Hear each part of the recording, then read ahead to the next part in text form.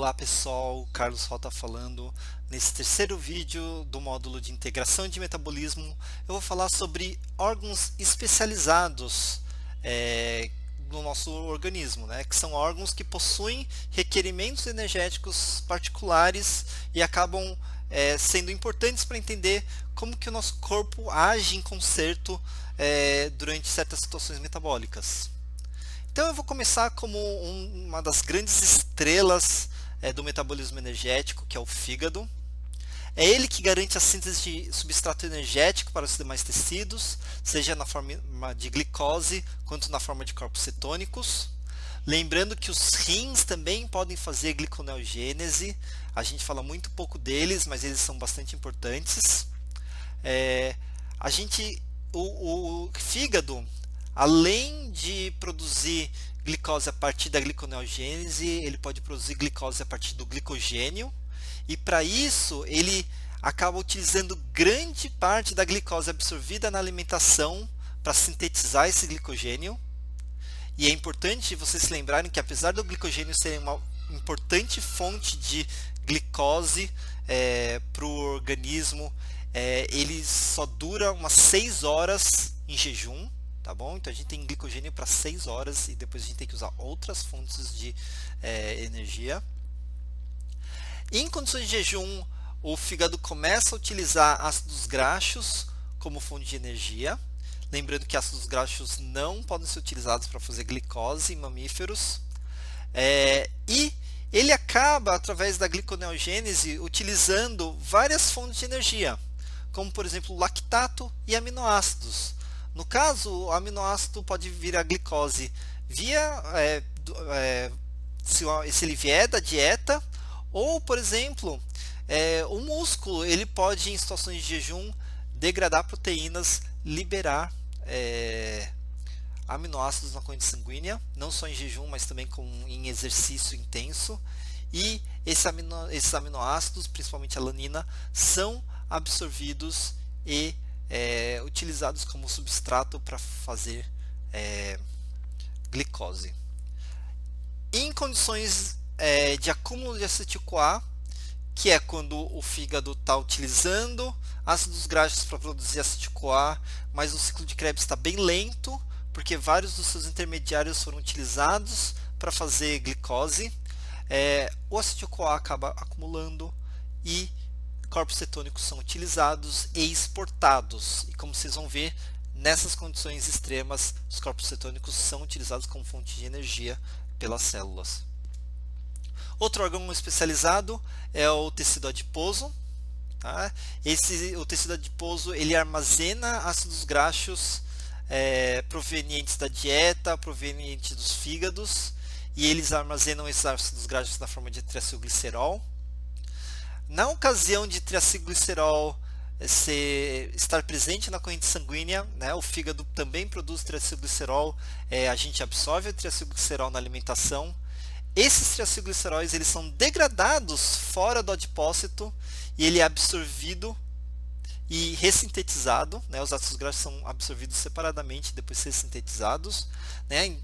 Só para vocês verem aqui na figura, esse grande círculo branco, ele é basicamente uma grande gota de triacilglicerol, então é uma grande gota de gordura.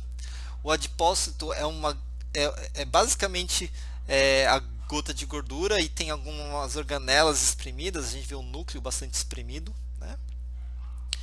E em condições de jejum, o glucagon ou até a epinefrina, em condições de mobilização de energia, começam a provocar a degradação do triacilglicerol em ácido graxo e glicerol. Ácidos graxos que vão ser utilizados pelos músculos e pelo fígado como fonte de energia, e o glicerol, que é utilizado pelo fígado para fazer mais glicose. Tá? Os adipócitos precisam de glicose para fazer glicerol 3-fosfato, porque o glicerol 3-fosfato é necessário para fazer triacilglicerol, certo? O próximo órgão especializado é o músculo esquelético, que podem usar glicose e ácidos graxos dos corpos cetônicos como fonte de energia. Os músculos usam ácidos graxos principalmente quando estão em repouso, mais do que glicose. certo? Então os músculos acabam usando a glicose em atividade. Eles sintetizam e armazenam glicogênio, só que ao contrário do fígado, esse glicogênio é feito para consumo interno, não é para ser exportado para a corrente sanguínea, certo? Eles, no entanto, em atividade, eles podem exportar lactato produzido por fermentação anaeróbica e alanina para a corrente sanguínea.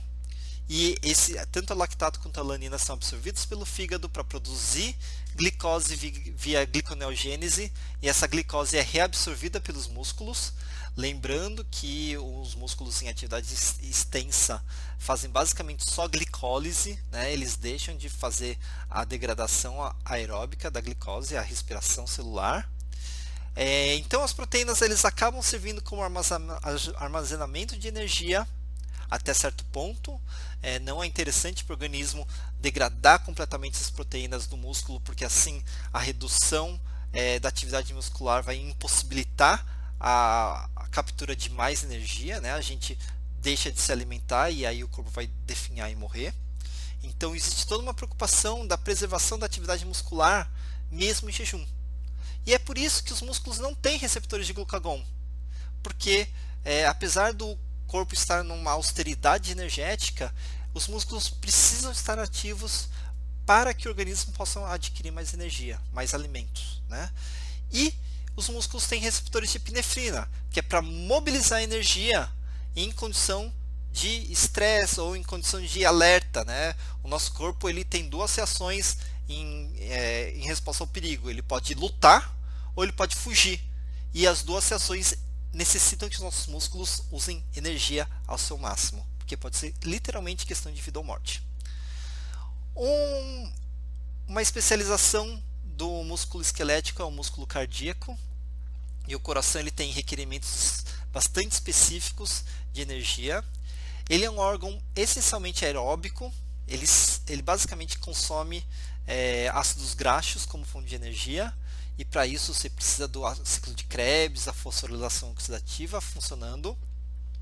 Eles eventualmente podem usar lactato e corpos cetônicos como fonte de energia, mas sempre através do ciclo de Krebs, e não possuem reservas de glicogênio, né, apesar de ser um tecido muscular.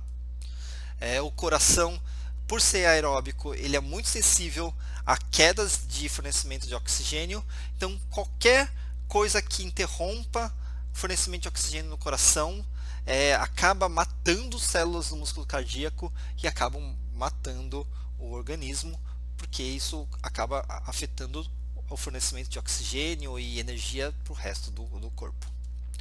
Outro grande consumidor de oxigênio do nosso corpo é o cérebro. Ele tem 2% da massa muscular, mas 20% do consumo de oxigênio quando a gente está em repouso, né? Ele usa basicamente glicose como fonte de energia. Uma estimativa é de cerca de 120 gramas de glicose por dia, e é interessante que esse consumo não varia com intensa atividade mental. Então aquela desculpa de que vou comer um chocolatinho porque eu estudei muito bioquímica é mais por razões emocionais e reações de redução de estresse do que uma reação à falta de energia per se.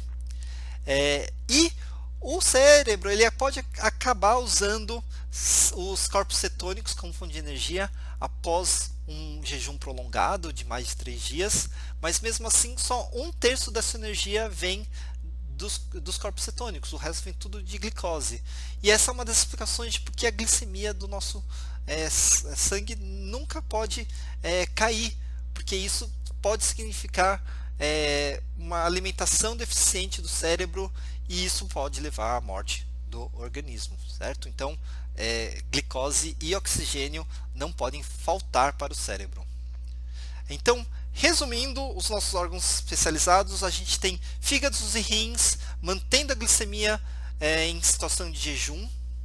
A gente tem fígado e músculos sintetizando glicogênio como fonte de energia, o fígado para manter a glicemia, o músculo para manter a atividade muscular, o cérebro usando glicose como principal fonte de energia, o coração utilizando ácidos graxos como principais fontes de energia, e o fígado produzindo glicose a partir de diversos substratos, por exemplo, lactato, por exemplo, aminoácidos, glicerol, as, ácidos graxos não, desculpa, né? Ácidos graxos de jeito nenhum, aminoácidos sim, e produzindo corpos cetônicos quando o jejum é mais prolongado. E os corpos cetônicos podem ser utilizados como fonte de energia em situações de emergência por diversos órgãos, inclusive os mais particulares. Tá bom? Então até mais!